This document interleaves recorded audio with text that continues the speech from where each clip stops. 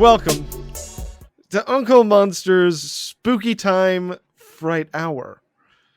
We're your hosts on this source for all things supernatural. My name is Chris Anderson, but if you went to high school with me, you can call me Shibble. And I'm Ethan Sereski. And it's sort of exciting, isn't it? Breaking the rules. Sure is, Hermione? Oh, wow! Was that a Hermione Granger? That was a Hermione Granger quote, and you knew it. Well, I mean, I'm going to say I didn't know it. I was making a strong guess based on context clues. Maybe I could have been a carny. You know? You could guess women's weight. I could guess which Harry Potter character they were talking about, despite the fact having never read any Harry Potter. What a carnival that would be. Yes. Come on down to, I'm going to guess you're talking, is that character Harry Potter? I guess you get a bear. Mr. Sybil, who's the bad guy? Well, obviously that's going to be Professor Snake, but is he such a bad guy? Because it turns out he was in love with Mrs. Potter the whole time. Yes. Think about it. Ethan, we've got some late breaking news. It's time for a cryptid affair. Wow. That is the lungs on that wolf. It's a powerful one. This one comes to us from brobible.com. Your favorite site. Yeah, I mean, obviously I was just hanging out on Bro Bible and I saw this. I thought, perfect. This dovetails neatly with my other interest. Is it how to lift? This is Nahuelito, Argentina's version of the Loch Ness Monster, caught on video. Oh. As we've come to learn over the years, Scotland isn't the only home of a mysterious creature that lurks in the water. It's true. The Loch Ness Monster is only one of several. Mexican police have investigated numerous reports of a mysterious lake monster in Atazapan de Zaragoza. Because they have nothing better to do, Mexican police. No, certainly they shouldn't be looking into the crimes. An unidentified serpent-like creature has also been spotted in a New Orleans lagoon down in the Big Easy. Mm-hmm. And another creature, Charlie the Lake Monster, has been mystifying locals near the town of McCall, Idaho, since the 1920s. Yeah, and obviously there's tons of lake monsters. Yeah, we get it, buddy. We all know this. Yeah, we're cryptid experts. Of course, we know this. Yeah, we've covered at least 2 shows, I want to say, about lake monsters. Maybe more. We did Champ. And we did the Mishapeshu. Right. And lake you monster. Better pronounce that right, because we literally lost a rating. No, we lost a listener on that one. Much apologies to you. We'll try to improve. One other place that is home to a Loch Ness monster-like creature is located in Nahuel Huapi Lake, Patagonia, Argentina. That creature, named Nahuelito, has been described as a giant serpent and or, much like Nessie, a plesiosaur. Oh. The latest sighting of Nahuelito took place when a pair of tourists on a kayaking trip claimed to have seen the Argentine Nessie in the lake. We suddenly noticed something in the lake and started filming it, said one of the tourists who spotted the creature. We kept a safe distance as we didn't know what it was, but it was very big and moving quickly. It was the body of a cartel victim. Well, soon afterwards it submerged and we didn't see it again, so I bet. It could be Nahuelito. He added, I don't know exactly what it was. I can't really pinpoint it, but it was huge.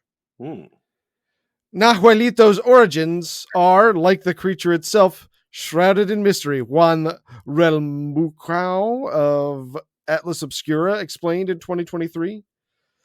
The Tehuelche people,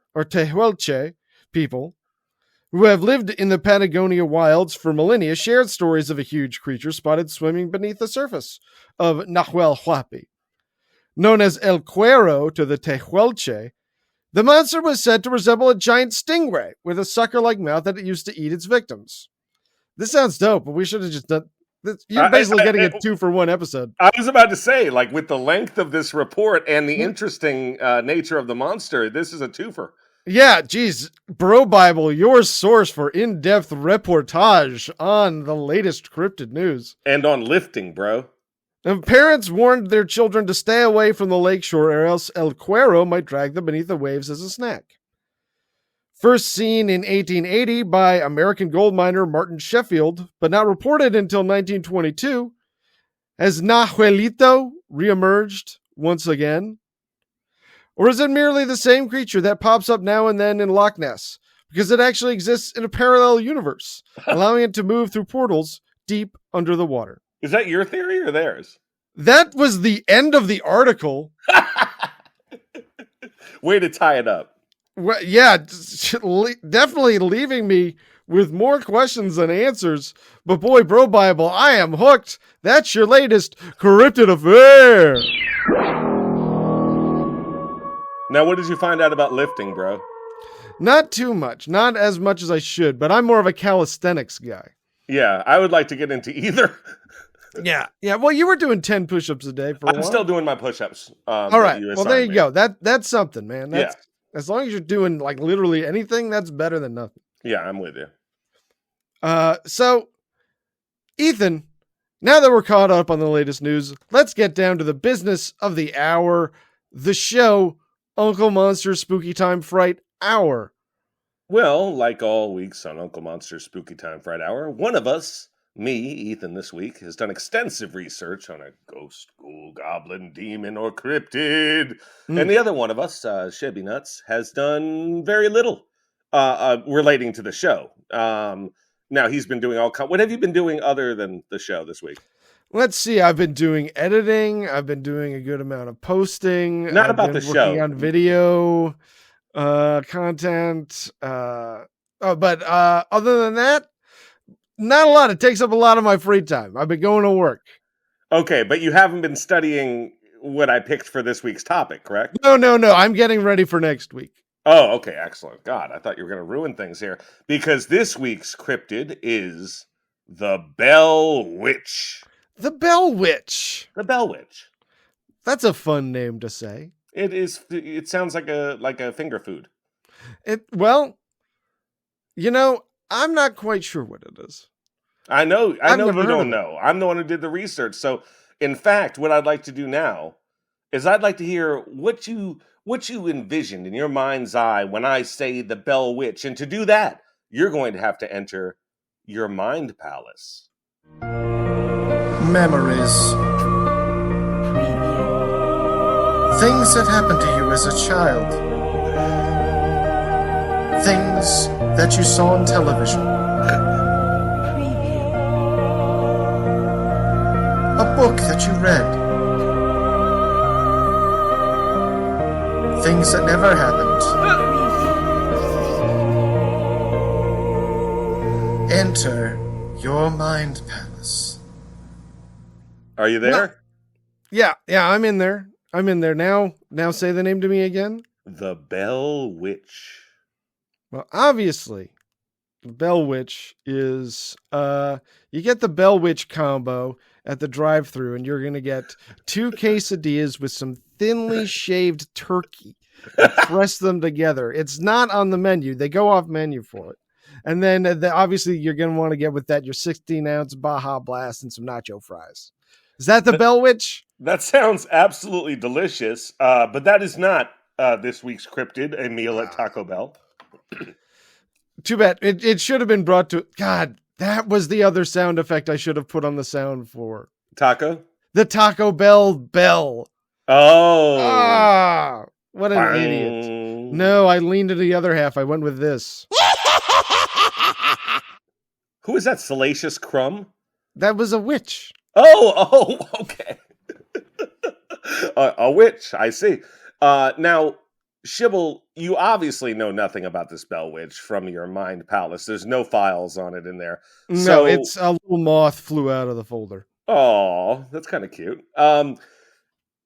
Why don't I explain it in the way that you learn best? How about that? And the audience loves it too, and that would be narrative fiction. Hell yes, narrative fiction. Does that mean that it's story time? Story time. It's story time. It's story time with Uncle Monster. Story time. It's story time. It's story time. It's story time with Uncle Monster. Story time. The witch from the movie The Witch is carted out on a stretcher by EMTs, writhing in pain under the straps and sporting large bruises all over her head and neck. She was nude and smeared in baby's blood. That wasn't weird, though. She loved that aesthetic. As she was put into the ambulance bound for the local Nevada hospital, she cried out, "I be smited." The crowd was going wild. The shot of the witch being carried off on the big screen only encouraged the fans' bloodlust. Director Mark Lartz looks to his two guys and says, "3," then mouths the words 2 and 1, and the red light on the camera rig illuminates. Hi, I'm Steven Quadros, and you guys know me, I'm Boss Rutan. Welcome to the finals of the WFC, the Witch Fighting Championships, the This Fighting Championships. The two high-five at this and give each other a quick but soft kiss before turning back to the camera. Next up in the main event, we really have quite a contest. Yes, this is the one the fans have been waiting for. On one hand, you've got the devilish magic of Bathsheba, the witch from The Conjuring. And on the other hand, you've got the Bell Witch. At this cue, director Mark Lartz cuts away to a special Bell Witch hype package narrated by Morgan Freeman. Fans around the world watch with anticipation. God forgive me. The Bell Witch can appear as a dog with the head of a rabbit. She is mostly invisible, can affect the physical environment, and shapeshift. Some accounts record the spirit also to be clairvoyant, capable of superhuman speed, and being in more than one place at a time. She is hyper-focused on the Bell family, but if you step into the ring with her, you can get this smoke too. As the package ends, Mark Lartz cues the hallway team, and they are all systems go for the beginning of the Witch's Ring Walk.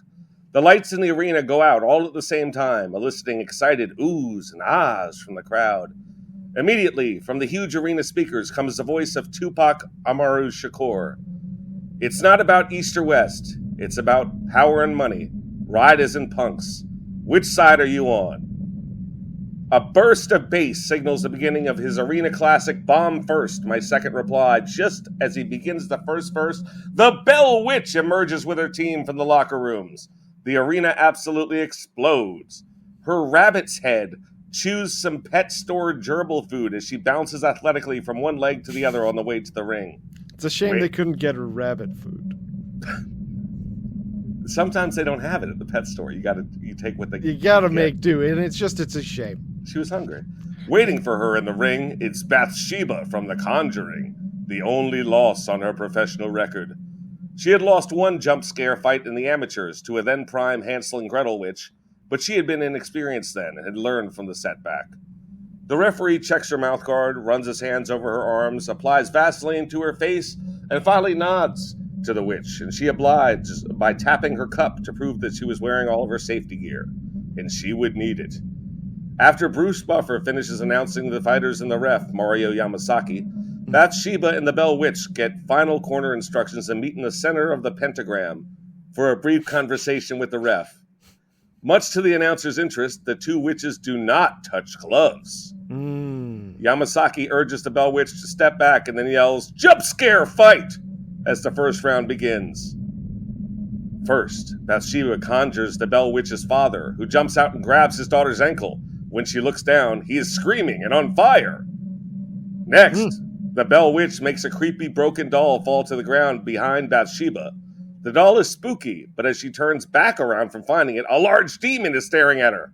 Then Bathsheba makes a cross appear and burst into flames. The Bell Witch counters by opening a window in the building, which creaks eerily. A smell of rotting meat counters that. Bathsheba turns around, obscuring the Bell Witch's view, and suddenly turns around with a demon face. The crowd is going nuts. Then, all of the clocks in the building stop at the same time. What a move! After several seconds silence, Bathsheba is suddenly pulled by her leg, pulled by an unseen force. The two trade unseen forces and disembodied voices as the incredible round hits the midway point. Bathsheba turns into a little girl with mangled legs and crawls toward the Bell Witch in a jerky but fast fashion. Bell Witch counters by having hands come out of a wall and pull Bathsheba into it. Bell Witch then makes her arms grow 7 feet long with claws at the end and runs at Bathsheba, wiggling them oddly. Bathsheba answers by making the Bell Witch stare at a scary scarecrow, but then the bang comes from the other side. It's just a raccoon. The two witches try different bangs and shrieks mixed into silence and dark. Bell Witch even has her face appear under the sheets of Bathsheba's waterbed. These are some terrific jump scares. After several seconds, a hand comes from off screen to grab Bathsheba's face. Bathsheba then cuts herself in half, and her torso comes to life and chases the Bell Witch. This would finish most competitors, but the Bell Witch conjures an old rock wall. She makes the rocks trade places with each other until they arrange like pixels in the visage of the nun from the other Conjuring movies. This rocks Bathsheba, and she goes down to a knee. The Bell Witch follows her to the ground and catches her in a deep calf slicer. Mario Yamasaki looks on, ready to stop this one.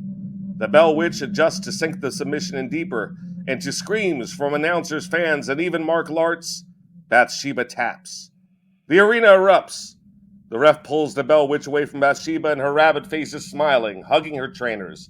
The Bell Witch is hurt, but the injury is more to her... that's a misspelling. And Bathsheba is able to leave the pentagram of her own power. Or powers, LOL. The Bell Witch is interviewed in the ring by Boss Rutan before the show is over. An ocean of satisfied fans make their way to the exits and the merchandise tables. The Bell Witch calls out a top 5 witch in Glenda after cutting a great promo for the TV viewers. This show is a wrap, thinks Mark Lartz, taking a sip of slice. See you next time in Abu Dhabi. The end. Wow. Fantastic stuff. And boy, a preview of Fight Night to boot. Oh, absolutely. I like to get everything in. Yes. Just a fantastic... I was really surprised. I thought surely they would be just straight up fighting with their witchcraft. But then it was jump scares. It was a nice little twist. Oh, yes. I find that witches usually have great jump scares. It's true. And also when the witch from The Witch, is that the witch from The Vivitch? That's the witch, the one that takes place in the 18th century, the one where we've been sent away. Yeah, the one where it's like, wouldst thou like to live deliciously? Exactly, the one with Black Phillip. Yeah, that's the one. Okay. Yeah. Okay. I never liked that movie. You know what? It was an interesting watch once. I wouldn't try it again. I don't like horror movies where the horror is a metaphor for trauma. Oh, yeah, that's definitely that one. It's always just a bummer. Yeah, but you can watch it without, connecting. Yeah, and I'm not... It was a good movie. It just wasn't for me. Understandable. It's not a happy movie. No. And you know what? If I want to get bummed out, I'll take a look around, you know? I'll punch a wall. So tell me about this Bell Witch. What a fascinating character. Yes, well, the Bell Witch story centers on the 19th century Bell family of Tennessee. Oh, so they're from the South. They are from the South, yes. Wow. I wish I had done this with some sort of Southern twang. Ding, ding, ding, ding, ding, ding, ding. Ah, well. So put a little South in my mouth. Give me the stats. Find me what Morgan Freeman said. What? Yeah. Was that at any point that I touched Morgan Freeman or no? It's tough for me to say because I'm looking at your face. Oh yeah. And a dolphin's tail. That's not bad. It's definitely that's just Ethan talking. That's a white guy. Next time I'll turn off the screen and really fool you. Perfect. Yeah. Then obviously I'll be just immersed. From 1817 to 1821. The Bell family in the local area in Tennessee. You know what my aunt says? She's from Kentucky. She goes, "I surely do." I love you, Aunt Dorothy. She goes, "Well, I surely do as well." She won't ever say it, but she will surely agree. Oh, that's very sweet. She is wonderful. I love her and Uncle Murray and everyone in Charleston who I'm related to. I'm sure there are people I don't like there. But this was a mostly invisible entity haunting the Bell family in Tennessee, but it was able to speak affect the physical environment, and shapeshift. Some accounts record the spirit also to have been clairvoyant, capable of superhuman speed, and being in more than one place at a time. Wow. Okay, that's a lot of... See, to me, this sounds so much more poltergeisty than witchy. You know, that's an interesting point that I want you to put a tack in that and put it on one of those boards. All right, that's going up on the big board. Yes, poltergeist on the big board. Before we get Yes. too much further, Sure. we're 20 minutes in. I need some facts, brother. You got any facts for me this week? What? Are you kidding me? We have Layla Presents Bell Facts. Layla presents Bell Facts. Number 1. Turbulence. About 2/3 of turbulence-related accidents happen at or above 30,000 feet. Every year in the U.S., 60 people are injured by turbulence due to not wearing their safety belts. But in the 28 years from 1980 to 2008, there were only 3 fatalities from turbulence. So that's not what's going to get you. It's the crash. Yeah. Well, and it's funny that, like, turbulence doesn't really cause crashes either. Right, it doesn't. It just, and the reason everybody thinks that, like, oh, the seatbelt's not going to save me if the plane crashes, but it is going to save you if you get suddenly thrown 10 feet into the air and your neck snaps against the baggage compartment. You know what I mean? Yeah, but Shibble, what if they made the plane out of the stuff from the black box? No, that's a good idea, though. They should do that. Number 2. Embellishment. On Twitter, Shia LaBeouf had intense exchanges with Alec Baldwin. One tweet included a photo of an email the actor sent an apology. In it, he explains what he learned from his father about how to be a man. So Shia LaBeouf wrote that his father said, "A man can tell you he was wrong, that he did wrong, that he planned to. He can tell you when he is lost. He can apologize, even if sometimes it's just to put an end to the bickering." It was also plucked word for word from a 2009 Esquire essay called How to Be a Man. Yeah, his dad read the article. Yeah, his dad writes for Esquire, apparently. Yeah, he could. He very well could. Number 3. Bass bell. Okay, so there's this guy, Albert Bell, and his Okay. name was Joey Bell, but he was such a nutcase that he was like, I need to start over. And he was like, I'm Albert now. And he continued being like out of control. So 5 quick incidents, 1 sentence each. Spring 89, in college, Albert goes into the stands to chase after a fan who had been calling him buckwheat. That's understandable. Yeah. June 1990, Albert is suspended 5 games after trashing a clubhouse sink and admitted to the Cleveland Clinic for anger problems. August 1990, he changes his name to Albert from Joey. May 11th, 1991, Albert throws a ball at a heckling Cleveland fan and hits him in the chest from 10 feet away, leaving a huge welt on his breastbone. Oof. And finally, in June 1991, Indians manager John McNamara calls Albert's run to first base the most blatant lack of hustle he'd ever seen in his career and demoted Albert to the minor leagues at a time when he was leading the team in home runs and RBIs. Boy, what a life. He's a dick. It sounds like he's got some real anger management issues. I hope the Cleveland Clinic helped, but, you know. Well, you're about to tell me something in the 1800s regarding the Bell Witch. That's right. I wanted you to know in 1894, news editor Martin Ingram published the authenticated history of the Bell Witch. And this book is regarded as like the book of record, you know. Okay, if you want to know about the Bell Witch, this is the one to read. Yep, absolutely. So we will move to the legend synopsis. Did you read it? Yeah, the entire book. Good. I did read it, but not the entire book, obviously. This comes from it. According to the authenticated history of the Bell Witch's name is not scary. It is Kate. Common name. I think there was a point in my life where I knew at least 5 Kates. There are a lot of Kates our age, for sure. Yeah. And this was after the entity claimed to be old Kate Bat's witch ghost. Okay. And continued to respond favorably to the name. So she liked being called Kate. Yeah, you can call me Kate Bat. Old Kate Bat. Kate Bat's witch. The physical activity centered on the Bell's youngest daughter, Betsy, and her father, John Bell. And Kate expressed particular displeasure when Betsy became engaged. Mm. The haunting began in 1817 when John Bell witnessed the apparition of a strange creature resembling a dog with the head of a rabbit. He, of course, fired at the animal because he didn't know what it was, and that's our first instinct. Yeah, I mean, that way you can get a better look at it. Yeah, when it's dead. Yeah. Later, John's son, Drew Bell, didn't know there were Drews in 1817. That's cool. Yeah, they loved it. He approached an unknown bird perched on a fence that was of extraordinary size and figured it was obviously Bell Witch. Yeah, very well could be. You don't normally see a bird like that. Betsy, the daughter, observed a girl in a green dress swinging by the neck from the limb of an old oak tree. Someone hung a little girl. Yeah, and they were like, "Is that a witch?" And the neighbors were like, "No, our daughter was really sad." Sorry.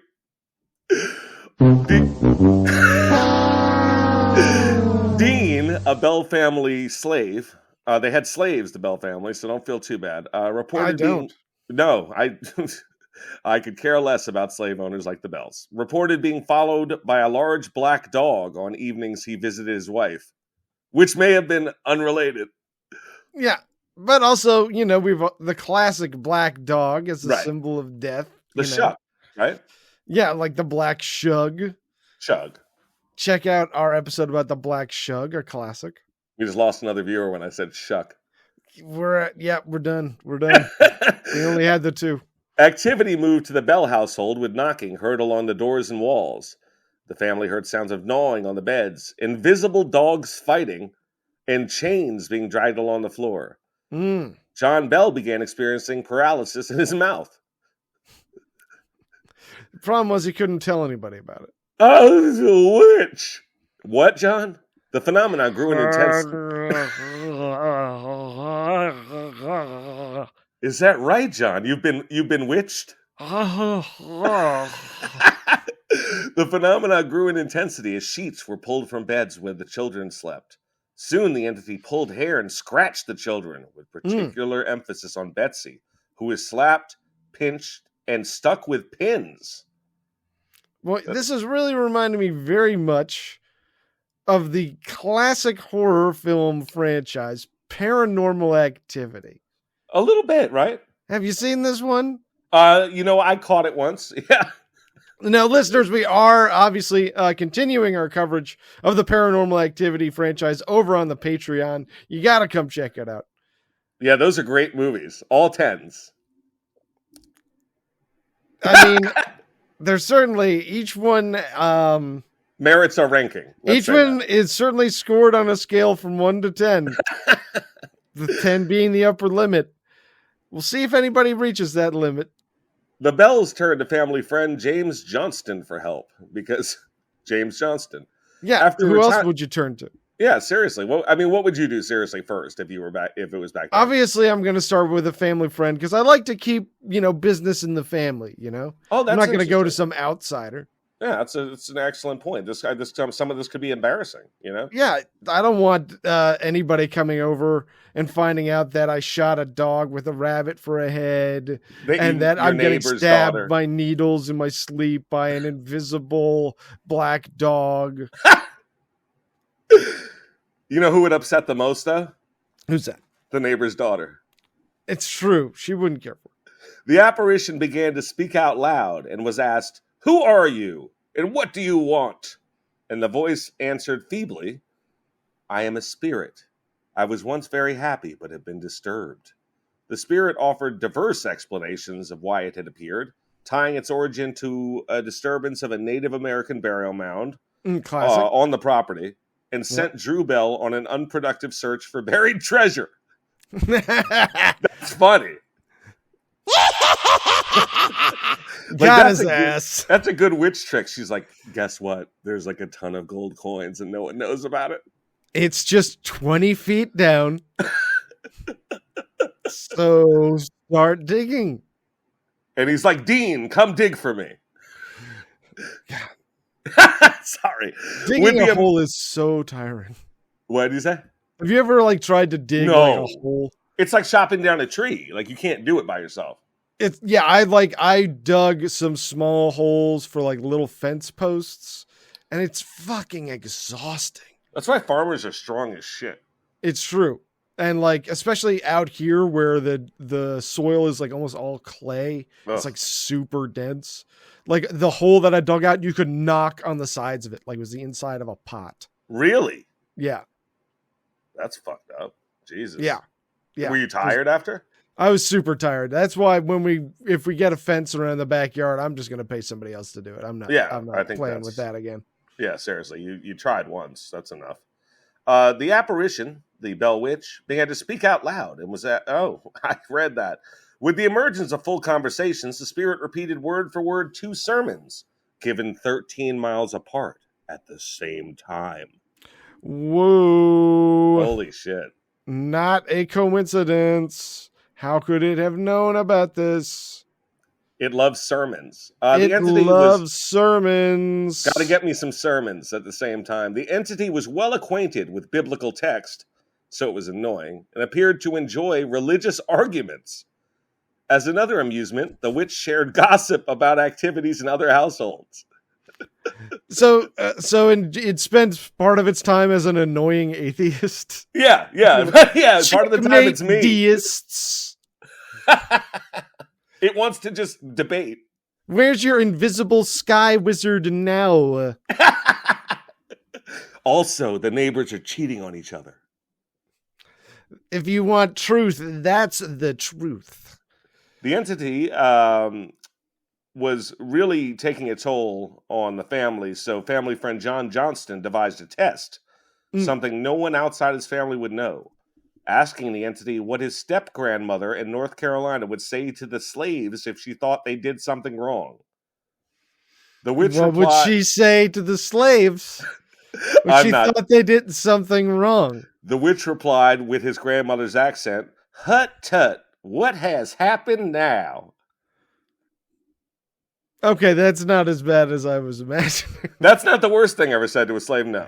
No, I imagine if that's the worst thing that happened to a slave on any given day, that's not the worst day of slavery. No, absolutely. Meeting a witch would be one of the better days. Yeah. Hut tut. What has happened now? In another account, an Englishman stopped to visit and offered to investigate, because Englishmen. No, they're very smart in England. Oh, let me give it a shot. Cool, blimey, is that a ghost I see before me? Who's that hanging from the tree next door? There's more of gravy than of grave about you. I can't understand what the father's saying. You're a bit of underdone potato. The witch woke the guy up with the voices of his dead parents saying horrible things about him. It's me mum. I didn't like you in life and I don't like you in death. Oh, mum, cool, blimey. So the Englishman quickly left that morning and later wrote to the Bell family that the entity had visited his family in England. He apologized for his skepticism.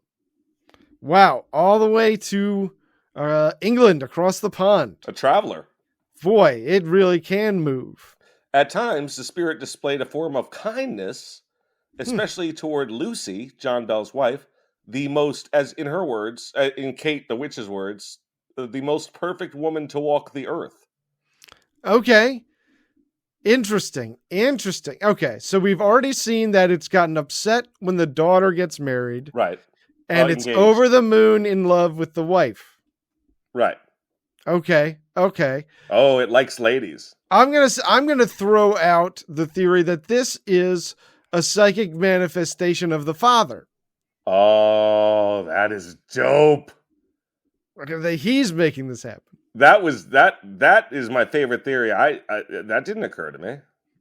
We'll put it on the big board. Oh, it's on the big board along with Poltergeist. Yes. Later, referring to John Bell as Old Jack for no reason, the witch claims she intended to kill him and signaled this intention through curses, threats, and affliction. The story climaxes with John Bell being poisoned to death by the witch. You still think it was him? Yeah, he was Committed clearly suicide. self-destructive. Yeah. So basically just John Bell's story. In 1821, as a result of the witch, Betsy Bell called off her engagement. Mm.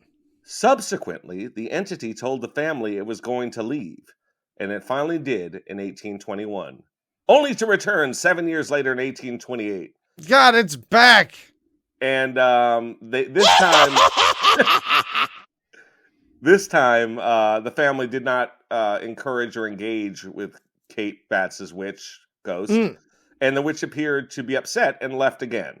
Okay, so the classic Katie's mom strategy. Yep. From Paranormal Activity. Absolutely. So another theory then that we got to put on the board, is it a demon? Which is even worse than a ghost. And did it leave because they reached an agreement? Yeah, maybe we need to be looking at the next born male heir to the Bell family. Albert Bell, baseball player. Alexander Graham. Bell, right. Hello.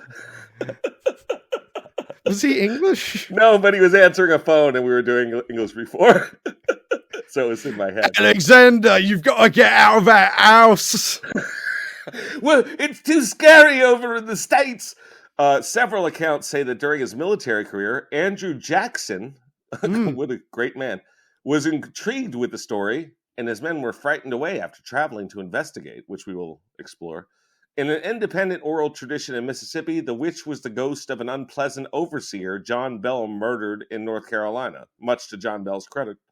In this tradition, the spirit falls in love with Betsy, leading to her death. Yeah, this is definitely the father. Yeah. He's a creep. Yeah, that's my theory. He's such a creep. Now, would you like to hear about Andrew Jackson's visit or some facts? It's your call? No, tell me about our nation's greatest president, Andrew William Jackson. The account of General Andrew Jackson's visit is in Chapter 11 of Ingram's, his whole thing about the witch. Yeah, great book.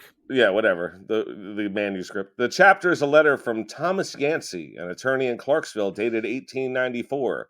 Yancey explained that his grandfather was a witness to the Bell Witch, and he related the story of Jackson's visit. It was strained of resources, and then a wagon pulled up with a bunch of stuff, to help him out. And who was it? It was Andrew Jackson. Andrew Jackson, there to help out his fellow man. Yeah, that's not something I would have expected. Near the Bell homestead, the wagon stopped. So right as they pulled up, the wagon just stopped moving. Andrew Jackson's like, oh, shit. And he actually said, by the eternal, boys, it is the witch. Well, if Andrew Jackson is claiming that it's the Bell Witch, who am I to argue? Really? Nothing that guy ever did was wrong. No. I mean, I'll leave a trail of tears from here to the next town if you tell me he did something wrong. Absolutely. A metallic voice was heard in the vegetation after he said it is the witch, and all of a sudden we hear, all right, General, let the wagon move on. I will see you again tonight. Flirty fun with the Bell Witch. Oh, is that? I didn't take that as flirty fun. Oh, it wants to do sex to a president. I mean, who wouldn't? Power is the ultimate aphrodisiac. Would you? No, not Biden, right? No, I would. No, that's even the ultimate aphrodisiac is not powerful enough. I was about to say it's the ultimate aphrodisiac. I'm trying to think if it will work on me. Yeah, I think. Hey, man. Hey, nice to meet you. Nice to meet you, guy. Yeah, I don't need. No, thank you, Mr. President. Come over a little closer, guy. Ah. Among the Jackson party was a witch slayer. Who boasted. Well, that's good. Yeah, well, I mean, he came prepared. He's Andrew Jackson. He likes to slay things. And this guy's boasting about his supernatural exploits and all the bravado and blah, blah, blah. Andrew Jackson whispers, by the eternals, I do wish the thing would come. I want to see him run. The entity arrived and taunted the witch slayer to shoot her. Being a ghost, I'm sure that wasn't dangerous. The man's gun would not fire. Even less dangerous. Then he found out it wasn't a gun, it was a sword that he'd been trying to fire. The witch countered, "I'll teach you a lesson," and appeared to beat the man and led him out of the door by his nose. Well, there you go. Jackson exclaimed, "By the Eternal, boys! I never saw so much fun in all my life." Seems like he's saying "by the Eternals" a lot. Is he trying to get a catchphrase going? I think that's what, at that point in his presidency, I think he was trying to get something for people to say, "By the Eternal." I like it. I'm going to start saying it. "Mellow greetings, Shibble. By the Eternal, it's good to see you." By the Eternal, it's good to see you too. And so the witch told Andrew Jackson that she would continue messing with his people and sending them home every night. That morning, Jackson's men chose to leave for home as they were apprehensive as to who was next. So that was the visit with Andrew Jackson, and that's the Bell Witch. Wow. Tell me, do you have any more? Layla presents Belfacts. Number 4. Bellend. Tosser is an old British slang term that refers to someone who masturbates. Like the F word, bugger has many different uses and forms. It comes from the Latin vulgaris, meaning heretic. A slag is a sexually promiscuous person. Unlike trollop and scrubber, this slur is now used by modern-day Brits for both sexes, which is progress. Sure. Number 5. Belly. In every scene in the movie Belly, where a character was smoking weed, the weed in the film is real. The marijuana is not a prop. Well, I mean, it was a prop. It just was not fake. Yeah, it was real marijuana used as a prop, I suppose would be the way to say it. The audience can tell. Oh my God, they look so high in that, like throughout the whole movie. Remember Nas? Nas couldn't even he was a terrible actor. Yeah, no, Hype Williams had a great look to it, but boy, yeah, it... Beautiful look to it. The colors in DMX's apartment, love it. Number 6. Bellissima. Bellissima is a 1951 Italian comedy directed by Luchino Visconti and starring Anna Magnani. In 2008, the film was included on a list of 100 films that have changed the collective memory of Italy. Bellissima centers on a working-class mother in Rome, Maddalena, who drags her young daughter to Cinecittà Studios to attend an audition for a new film. Maddalena's efforts to promote her daughter grow increasingly frenzied. Wow. Stage mother. Yeah. That's an old story, I guess. That was riveting. Listen, Ethan, I gotta tell you, this whole Bell Witch situation, it sounds pretty crazy to me. Right. But do you think it can love?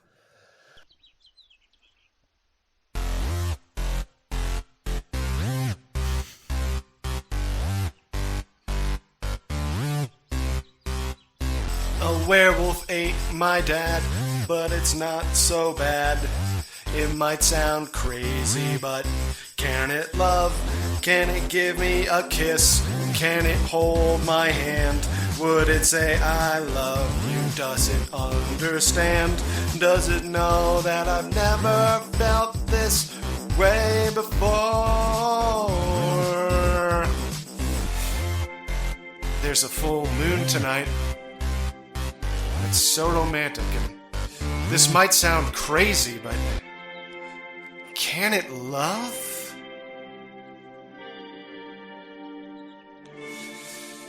Can it love? What a song. Thank you. What do you think, Ethan? Can this shape-shifting poltergeist witch? Demon? Psychic manifestation love? I think yes. Expound on that. Give me some more. I think that entities without love are much more, they torture humans or they stay away from humans, but they don't engage them on such a personal level, which leads me to believe that the Bell Witch would like to, have a husband, a family, a wife, whatever the Bell Witch chooses. And really, I think a lot of its behavior is due to, kind of wanting that life, that human life, and not being able to have it. Yeah, I'm gonna say I think it can love, but its love is twisted somehow. I think it doesn't know how to express its love in a healthy manner. I think it needs to learn some boundaries. But that said, let's say you were out there and you're on the scene and hey, look at this profile. Her name is Bellwitch and she's in my area. And you shoot a couple messages, you hit it off. Where are you going on that first date? I'm going to want to go to a museum. Okay, any particular one? No, I just think girls like museums. I think it shows that you think about stuff and you appreciate art, all that horse shit. And I think the Bell Witch doesn't get out much. I think the Bell Witch spends a lot of time on haunts and going from house to house in Tennessee. But I think she would like to be a little more cultured. That reminded me of I was at training. I was at some sort of training for work. Mm-hmm. And they asked everybody in the class, what are you passionate about? Right. And some people said like, oh, my family. Some people said, oh, I'm a real big sports fanatic. I watch a lot of sports.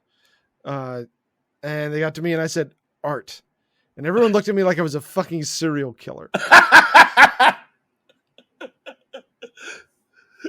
What kind of world is this? I don't know. I think that's an interesting, different answer. I love it. I don't understand why they stared at you.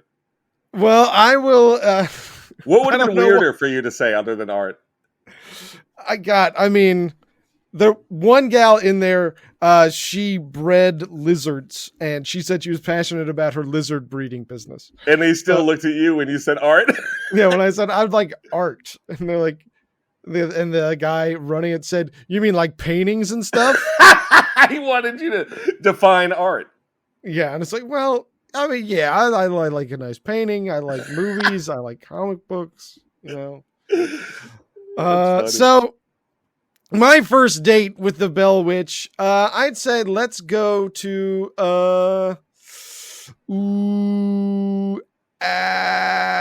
let's go to one of those beer tours. Let's go to a brewery. Fun. Yeah. It'll be a nice, hopefully the weather's nice. You get a little loose, you get a little relaxed. Everybody has a great time. How do you want her to go? Invisible, rabbit face? Well, if she goes invisible, then I don't need to pay for her. Oh, that's very frugal of you. I like that. Yeah. I'll say this one's on me, baby. You just need to be invisible. I hope that's okay. Now that's all crazy, that love and everything with the witch. But what I'm wondering is, can she fuck?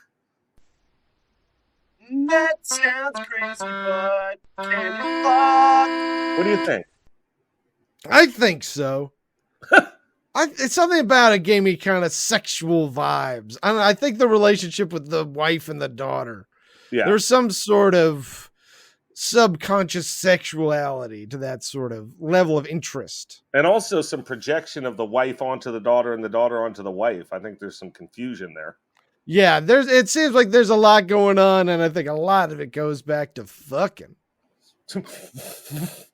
You know what I mean? Yeah, a lot of the story is about fucking. Crazy, but can you fuck? I did that by accident. I liked it. I'll listen to it as many times as you want to play it. It's fight night.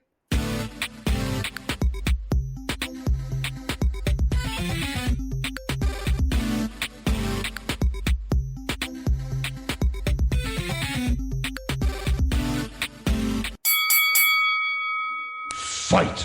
Welcome to Fight Night. In this corner, we have the Bell Witch. And in the other corner, we have 7'1", 39 blue pound, prime Shaquille O'Neal. All right. So, as we recall from the tale of the tape that Morgan Freeman gave us previously, right. Bell Witch, shapeshifter, clairvoyant, super fast. Very fast. Can possibly exist in multiple places at once. Yes. So can maybe do like Naruto clone jutsu. For the listeners out there that understand that. I don't know what you just said. Naruto can perform a jutsu that will create a bunch of clones. Oh, Naruto. I got you. Naruto from the manga and anime Naruto. Is that from Studio Ghibli? No, that's a Shonen Jump property. Oh, sorry. That's Shonen Jump, Ethan. I apologize. Your source for shonen manga, Shonen Jump. So who wins, the Bell Witch or big old Prime Shack? I think, Shaq, your physical strength here Yes. is not what you need in order to take down a Bell Witch. It's not. I don't think so. I think you're going to need a mental game. I think you're going to, and I'm not saying you're a dumb guy. I'm very smart. No, the length of your career, your smart investments, what you've done post-career, has shown everybody that you are as an intelligent an athlete as you are powerful. Thank you very much, Joe. I'm going to say you're going to need 3 Shaqs. I think if 3 Shaqs put their heads together, they're going to solve this problem. The Bell Witch can't hang with me. No, it can't. You want to finish the joke? I don't know the rest of that joke. Oh, it has to do with the neighbor's daughter. Number 2, we have the Bell Witch versus the Bull Witch, which is a mix of the Minotaur and Baba Yaga. Ooh, that's going to be tough as that's hell. Obviously, Baba Yaga, most powerful witch in all of Russia. Most powerful witch in Russia. That's how you sounded. Most powerful witch in all of Russia. In the all of world. Possibly whole world. I gotta put that one on the Bull Witch. That is absolutely correct. Number 3, we have the Bell Witch versus Ted Bundy, the homeless yet charismatically handsome serial killer. Ah, yes, Ted Bundy. Sorry. No, it's fine. You don't need to apologize for Ted Bundy. Okay, good. Wait, was it Bumby or Bumdy? Bumby. Bumby, okay. A couple of change letters there. Yeah. Well, I'll put this one on the Bell Witch. I just don't think Ted Bundy's... I mean, obviously you gotta be pretty resourceful to survive on the streets. You gotta be pretty cagey to be a serial killer. Gotta stay one step ahead of our nation's finest, the police. But even with all that, I don't think you're going to be able to take down the Bell Witch. There's probably a serial killer in Uvalde who's killed 400 people and they have no idea. Oh, yeah. The idea of the hyper-intelligent serial killer is complete propaganda. Yeah. They're actually just lunatics. Yeah, they are, and it's not hard to catch them. Not eventually. The thing is, like, I think it's something like only 1 in 3 murders are solved. Yeah. That's a nationwide stat. That's all murder. That's not just serial killers. That's a murder stat. Yeah, like statistically, if you commit murder, you're likely to get away with it. But you might feel bad. Yeah, don't do it. Obviously, the real reason saying. not to commit murder is that it's wrong. Yeah, depending on who you're killing. Number 4, the Bell Witch versus the Texan National Guard. Okay. Well, I wouldn't want to mess with Texas. Everything's bigger there. Yeah, everything's bigger there, including the crimes against humanity. I'm gonna say the Texan National Guard's gonna be pretty resourceful. That's a big source to throw at the Bell Witch. We've got the Bell Witch versus Glenda. Glenda the Good Witch from The Wizard of Oz. That's right. Takes place here in Kansas. Yeah. If you head over to I think it's Liberal, Kansas, you can see Dorothy's house. Really? Yeah, they got Dorothy's house out there. But I'm gonna say, Glenda's got a lot of tricks. She was a pretty crafty witch. I'll put this one on Glenda. We've got the Bell Witch versus us, but we have the Necronomicon. All right, Necronomicon. Let me tell you, all the knowledge that you gain from the Necronomicon, you will be paying a hefty price. That price being your eternal soul. So yeah, if I'm going to give up my soul, I better be getting the ability to defeat the Bell Witch. I'm going to put that one on us. Last but not least, we have the Bell Witch versus Swoldemort, the well-muscled wizard. All right. So very much like Voldemort from the Wizarding World of Harry Potter. Yep. Thank God, J.K. Rowling's back, baby. Keep talking about this lady's bullshit. She's an asshole, isn't she? She's the worst. She's a turf, right? She is a very hateful person Isn't that weird that you who can is write such making a the loving... world a worse place every day. But if you write such a loving book, how are you such a bad person? People contain multitudes. I know, it's just so sad. So Harry Potter is overrated. But that's not true. That I wish is I wish true. I Read wish another book. I wish she had internalized... There's like 8 of them. I wish she had internalized some of the goodness of Harry's character, is what I'll say. Fair enough. I'm going to put this one on the Bell Witch. Swoldemort gets dunked. And that was Fight Night. Wow, what a fight. What a night. Looks like we're rounding the corner on the episode, listeners. That can only mean one thing. It's time for our final round of Layla presents Belfast. Number 7. Bells of War. Method Man's prescient verse on Wu-Tang Clan's Bells of War includes the following excerpt. Prepare, killer bees, it be warfare, this the year. Cats have got to take you off of here, hold the square. Ask yourself, can you compare to these brothers in the hood? Johnny be good or he be gone, yeah. The struggle goes on, you've been warned, PLO from here to Lebanon. How many bombs must we drop in the 90 now? Walk a mile in my shoes, get the street news from meth to Cal. wow. I thought that was certainly cool that he called the current conflict. That well, I mean, it's been going on for ages. For 70 years. But I'm saying he called it's not like he was predicting the future so much as he was describing current events. He's Rapstradamus, didn't you know? That would be a great, also known as for Method Man. Rapstradamus. That would have been more of an old dirty bastard one. No, that's true. Well, nobody can beat ODB when it came to nicknames. Didn't we already played this game? Yeah, but I'll play it again, listeners. Big Baby Jesus. Okay. Osiris. ODB. Dirt McGirt. Old Dirty. Dirt Dog. Oh.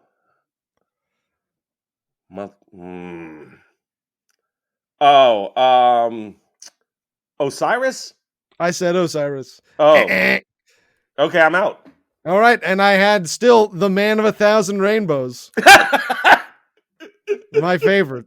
I think you should appropriate that one. Yeah, I'll be the junior man of 1,000 Rainbows. I like that. It's a great nickname. The Thank junior man of 1,000 rainbows. Also, we should call you, what was the name of the cryptid affair monster? Nahuelito? Oh, yeah. Nahuelito. That's a great name for you, too. Nahuelito. Well, do you have any more facts? Oh, I'm sorry. I was just looking at you and thinking Nahuelito. Understandable. Number 8. Alexander Graham Bell. On March 7th, 1876, he was 29. 29-year-old Bell was awarded the first U.S. patent for the telephone. 3 days later, Bell's assistant, Thomas Watson, that's made up, clearly heard the inventor's voice crackle across a wire in their Boston laboratory in the first successful telephone transmission. The message, Mr. Watson, come here. I need you. It didn't take long for the first of over 600 legal challenges to the patent to begin. 5 of them reached the Supreme Court, which ultimately upheld Bell's claim in one of the longest patent battles in American history. Yeah. Telephony, very important invention. That's what you took from that? Yeah, I mean, obviously that's going to be. I mean, I already knew that Watson, come here, I need you was the first phone call. I didn't know that. Oh yeah. A lot of people, if you ask them what was the first thing somebody said on a telephone, they'll say hello, which doesn't make any sense. It's a funny joke. You know who's going to call? It's going to be Alexander Graham Bell. There's only one telephone. Yeah. Who's this? With whom am I speaking? It's Nahuelito. Well, I'm sorry, they're not in right now, but I can take a message. Number 9. The Belko Experiment. In the Belko experiment, which I happen to enjoy, an ordinary day at the office becomes a horrific quest for survival when 80 employees at the Belko Corp in Colombia learn that they are pawns in a deadly game. Trapped inside their building, a voice over an intercom tells the frightened staffers that 2 workers must be killed within 30 minutes. When another ultimatum follows, friends become enemies, new alliances take shape, and only the strongest will remain alive at the end. Yeah, I thought that was okay. I thought it was an enjoyable one-time watch. Yeah, I think it didn't do enough with its premise. It was know what I mean? I love the premise, but you're right, they didn't explore it. Well, Ethan, I got to tell you, Yeah. I've looked into my family tree, and there might be a couple bells in it. And so I'm quaking in my boots. I got to know, is the Bell Witch real? Is real? Check it, Bavakasha. Hey!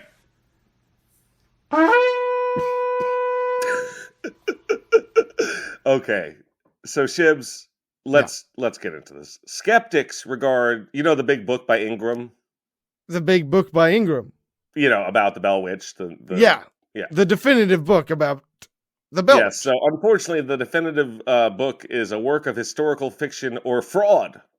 Wait, Yeah, I know. what about the Bell Witch? Other researchers consider Ingram's work a nascent folklore study and an accurate reflection of belief in the region during the 19th century. So that's number one. It Okay. could still be real, right? Yeah, it could just be true local folklore. Right. Like it Benjamin often is. Radford, historian, concludes that there is also no evidence that Andrew Jackson ever visited the Bell home. And the 18th Well, except for this testimony that I've got from Andrew Jackson, where he's like, I was there by Excelsior. I was there with my men. And the Mellow carriage greetings, stopped. Bell Witch. And the witch spoke to me. And I believe him. That's why I'm just giving you the other side of it. Don't get mad at me. Okay, I mean, it just seems like these skeptics are ignoring so much evidence. Well, they're being dicks. That's why they call them the skeptics. Right. Now, this one is my favorite. Okay. The New England Farmer published an article regarding the Bell Witch, and there are 3 humans in this account: Mr. Bell, Betsy Bell, the daughter, and Joshua Gardner, the fiance. Okay. The author stated that the voice, which spoke freely about the house from all directions, would not manifest itself until the lights were extinguished at night. When the ghost asked how long it would remain, it replied, "Until Josh and Betsy get married." The author goes on to state that Betsy Bell had fallen in love with Joshua Gardner and had then learned the skill of ventriloquism. The author states that Miss Bell then used her skill in an attempt to convince Josh Gardner to marry her. When they did not marry, the apparition disappeared. And I guess she also just sewed a rabbit's head to a dog's body. Is that what I'm supposed to leave New England? New England Journal of Witchcraft, whatever it was? The New England Farmer. The New England Farmer? Journal of Witchcraft. I get that. So, well, it could be real. It might not be.